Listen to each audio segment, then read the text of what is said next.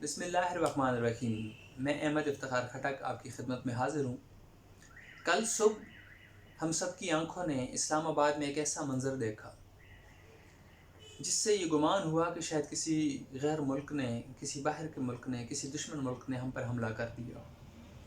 اسلام آباد کا آسمان مکمل دھوئیں سے بھرا ہوا تھا، اور جو لوگ اس کے پیچھے کی وجوہات کو نہیں جانتے تھے، یقیناً ان کے ذہن میں اس طرح کے شبہات نے جنم لیا ہوگا کہ جیسے کسی دشمن ملک نے حملہ کر دیا۔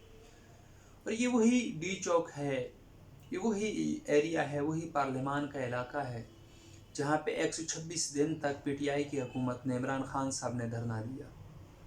اس دھرنے کے وقت بھی مختلف قسم کی صورتحال آپ کے سامنے رہی، مختلف مذاکرات اور یہ ایجنڈے چلتے رہے۔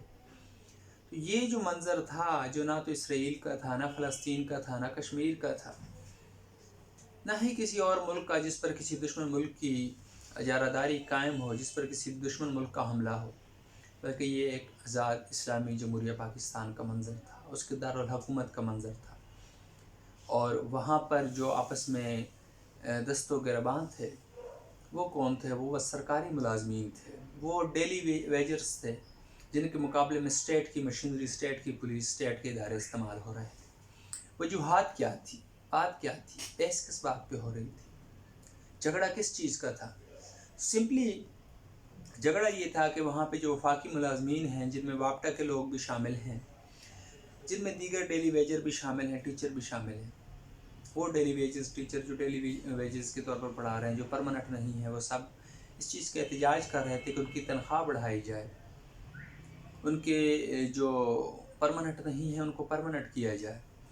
حکومت نے مذاکرات کیے، اور ایک خبر یہ بھی آئی کہ اسکیل 1 سے 16 تک جتنے بھی ملازمین ہیں ان کی تنخواہ 40% بڑھا دی جائے گی۔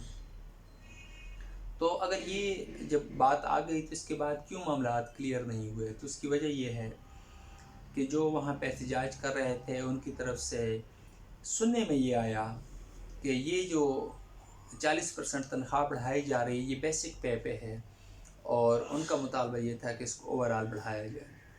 ایک تو یہ تھا۔ دوسرا، ایک خبر اور سننے میں آئی کہ گریڈ 1 سے 16 تک کی بات نہیں، وہ کہہ رہے ہیں کہ 1 سے 22 تک جو بھی جتنے بھی ملازمین ہیں سب کی تنخواہ بڑھائی جائے۔ تو یہاں پہ یہ ویسے ایک بڑی الارمنگ سچویشن ہے اگر اس بات کو بھی دیکھا جائے کہ اگر 1 سے 16 تک کی تنخواہ بڑھائی جاتی ہے تو اس تنخواہ میں اضافہ ہوتا ہے 3,3200 کے لگ بھگ۔ لیکن اگر گریڈ 22 کی جو افیسر ہیں، افسران ہیں، ان کی تنخواہ کو دیکھا جائے تو ان کی تنخواہ اگر بڑھائی جائے تو وہ 32,000 23,000 کے قریب بڑھتی ہے۔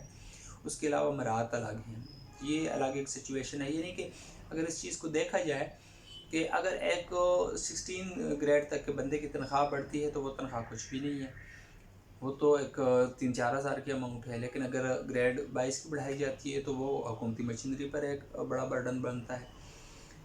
اسی طرح جو مین چیز ایک اور آئی وہ یہ تھی کہ نوٹیفیکیشن، باقاعدہ نوٹیفیکیشن جاری کر دیا جائے اور جو رہنما گرفتار کیے گئے ہیں ان کو رہا کیا جائے۔ یہ بھی ایک بات سامنے آئی۔ اس کے بعد اساتذہ کے پرماننٹ کرنے کا ایشو تھا، ان کو مستقل کرنے کا ایشو تھا، اور اس میں کچھ ایسے اساتذہ بھی شامل ہیں جن کے پاس ہائی کورٹ کے آرڈر بھی ہیں، ہائی کورٹ نے آرڈر کیے ہوئے ہیں کہ ان کو پرماننٹ کیا جائے، لیکن ابھی تک نہیں کیا گیا، تو وہ لوگ بھی احتجاج کر رہے تھے۔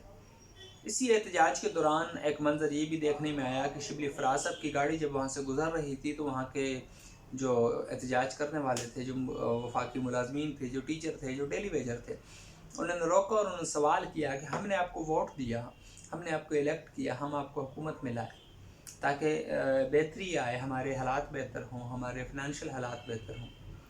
تو شبلی فراز صاحب کا جواب بڑا معنی خیز جواب تھا۔ شبلی فراز صاحب نے کہا کہ ہم نے وزیر اعظم ہاؤس کے خرچے کم کیے، ہم نے پارلیمان کے جتنے لوگ پارلیمان میں بیٹھے ہوئے ہیں ان کے خرچے کم کیے، تو آپ کو بھی کرنا یہ چاہیے کہ اپنے اخراجات کم کر لیں۔ یعنی کہ انہوں نے زبانی الفاظ میں یا ایک یعنی کہ ایک پوشیدہ انداز سے یہ بات کی کہ آپ اپنے اخراجات کم کریں، تنخواہ نہیں بڑھائی جائے گی۔